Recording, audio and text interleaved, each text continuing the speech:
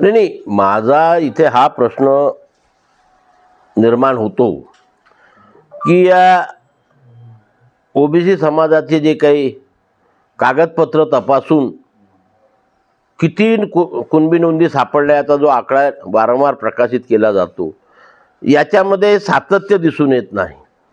की मागे जेव्हा आंदोलन सुरू होतं आणि सरकारनेच आकडेवारी घोषित केली होती, सरकारने केलेल्या आकडेवारीनुसार 20 जानेवारी 2024 अखेरपर्यंत एकूण 57,41,241 नोंदी सापडल्या होत्या आणि त्याच्यापैकी 38,97,391 हे प्रमाणपत्र निर्गमित केले होते, म्हणजे जवळजवळ 39 लाख.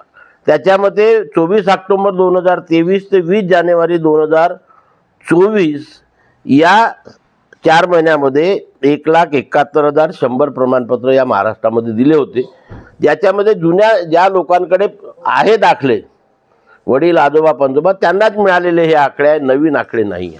आणि म्हणून आता एक नवीनच आकडेवारी पुढे आलेली आहे की 48 लाख नोंदी सापडल्या आणि 12 लाख प्रमाणपत्र दिले.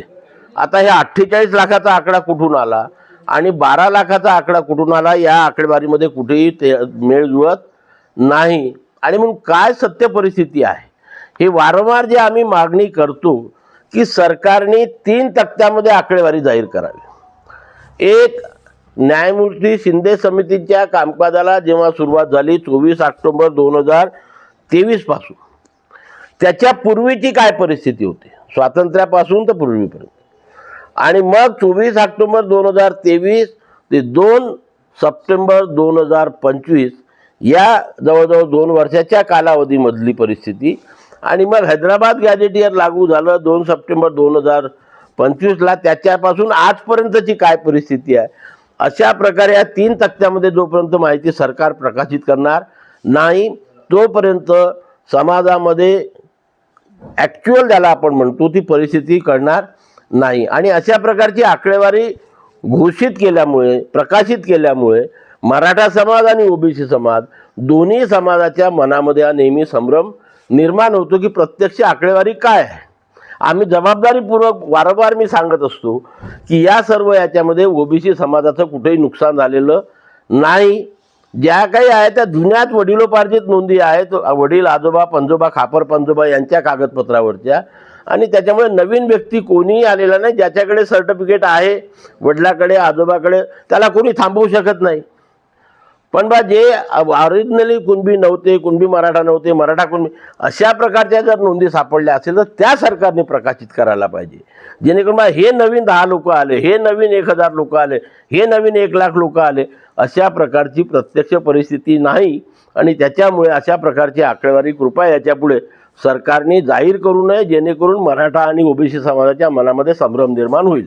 सर, मध्यंतरी तुम्ही संभाजीनगर विभागाची आकडेवारी काढली होती तेव्हा मोजकेच प्रमाणपत्र देण्यात आले होते, 300-400 पर्यंत देण्यात आले होते. त्यामुळे हे लाखाचे आकडे जे आता दाखवले जातात ते चुकीचे आहे की तुम्हाला नेमकं काय वाटतं? नाही, नक्कीच ना. हे बघा, मागे सुद्धा मी जेव्हा सांगितलं आजपर्यंतची परिस्थिती अशी आहे की 390-395च्या वर प्रमाणपत्र 2 सप्टेंबर 2025 ते आजपर्यंत दिल्या गेलेले नाही.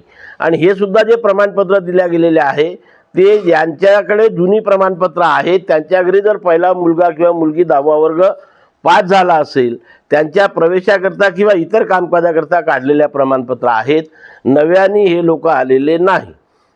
सर, मग आता तुमची भूमिका काय असणार आहे? कुठतरी ओबीसी समाजावर अन्याय होतो आहे असं म्हणाल जर आकडेवारी जर सत्य असेल, किंवा सभागृहात दिलेल्या आकडेवारीवर तुम्ही मग संशय निर्माण करता?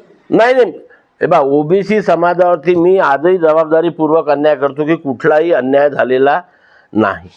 आकडेवारी चुकीची घोषित होते, त्याच्यामुळे ओबीसी समाजामध्ये संभ्रम निर्माण होतो. काय की वारंवार जी चुकीची आकडेवारी ही होऊ नये. न्यायमूर्ती शिंदे समितीने सुद्धा त्याची दखल घ्यावी, उपसमितीने घ्यावी, माननीय मुख्यमंत्र्यांनी महत्त्वाचं म्हणजे लक्ष घालावं याच्यामध्ये की अशा प्रकारची चुकीची आकडेवारी घोषित करून दोन्ही समाजामध्ये संभ्रम निर्माण होईल अशा प्रकारचं कुठली पावलं या सर्व लोकांनी उचलायला नको.